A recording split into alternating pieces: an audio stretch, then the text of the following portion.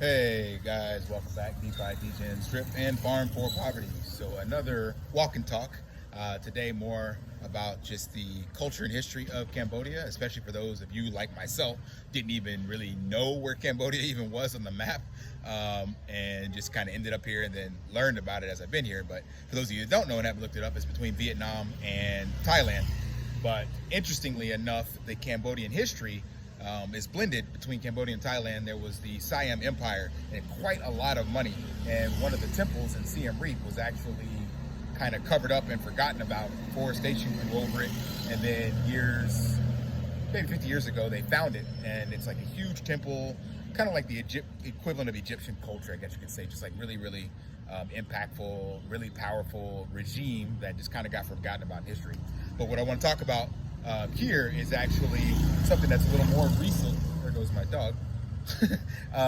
You'll see when I walk around, like this house behind me, right? So there's these kinds of houses, and then you'll find people that have built like really huge establishments and stuff like that. So there's a huge wealth differential. So there's like extreme poverty, and then there's really wealthy. And there's no real middle class. Yes, there's people that make money in between, but the wealth gap is just insane. So like it would be the equivalent of having Beverly Hills in the US right next to like Harlem, or somewhere at Fifth Ward or something like that in Texas, where like you have Section 8 housing and stuff like that. So you'll have these mansions right next to shacks like this, just metal houses that people live in. And I'm gonna explain why. But another key thing here in Cambodia is they operate and work where they live. So the front of their entrance of their house is usually some form of a shop, and they'll sometimes park their car in there as well. So they'll turn it into selling coffee or food or sewing, woodworking. It doesn't matter. Whatever it is, they usually operate out from inside the first floor of the house, and then they live up top. But some people were able to take their houses and turn them into apartment complexes like this. And I'm gonna explain how that happened. And like I said, literally one house down is a shack, and then there's this huge apartment complex right next door to it. And that took place because of the genocide that you may not even realize. This one turned into a juice shop. The genocide took place from 1974 to 1979 on the heels of the Vietnam War. What basically happened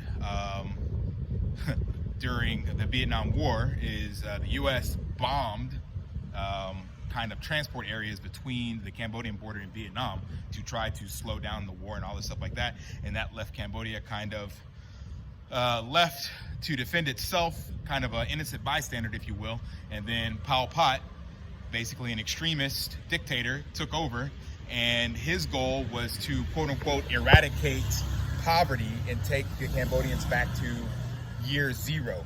So he wanted everyone to be equal.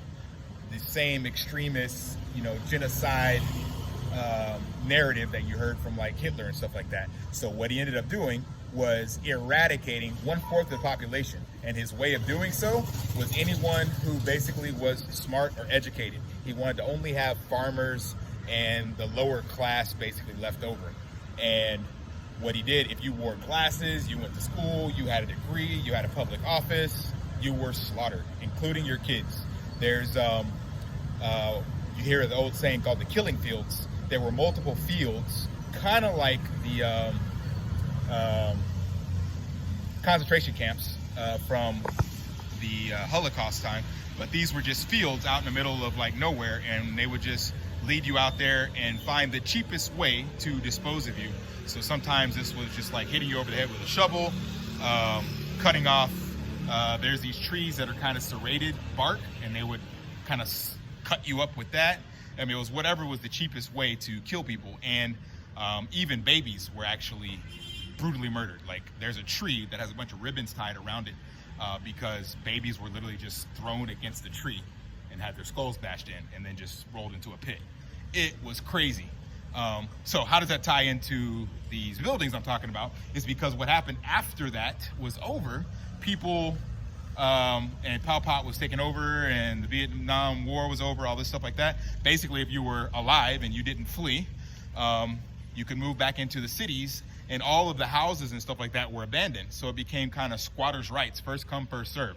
There was no documentation that this belonged to so-and-so, nothing, right? So people just moved back to the city, found a place, and started raising their kids and family there. And then eventually around the 90s, where they got documentation, stuff like that, it's like, how long you been there? 10 years? Okay, it's yours. And that started the transfer of wealth, because what would happen, and one of my friends who's a very wealthy family, his dad lived through this time. He was able to speak English, speak and write English. So he actually ended up in a position of power in the government, like I think head of transportation or something like that, in charge of helping rebuild roads and infrastructure. No prior training to that whatsoever. And I believe their grandfather like was a chef or cooked food or something like that. So they weren't the most educated, but they were the most educated that was left over. And a lot of people ended up in those kinds of positions, and then they were able to build their wealth that way, because Pol Pot had, like I said, eradicated pretty much anyone with intellect, and the ones that did get away ran away and fled. There was a large influx of refugees into the United States, things of that nature. But again, those that were left here were able to amass wealth because they had land, or they ended up in positions of power, like I said, in office, and then they were in charge of things. And as economic culture and incentives and stuff like that grew, they were the ones in charge, and they grew more wealth. So literally you'll be in banks and things of that nature, or walking in the streets, and just people with like dope boy bags of money. They just go into the bank with hundreds of thousands of dollars cash, because it's pretty much a cash society. They don't really do a lot of digital banking, but it is a lot of money being passed around for a developing country. So just some interesting food for thought. You can do your research, look up Cambodia, and see what you think. But yeah, just wanted to share that with you guys. So keep this one short. Until next time, live daily and achieve your impossible. See ya.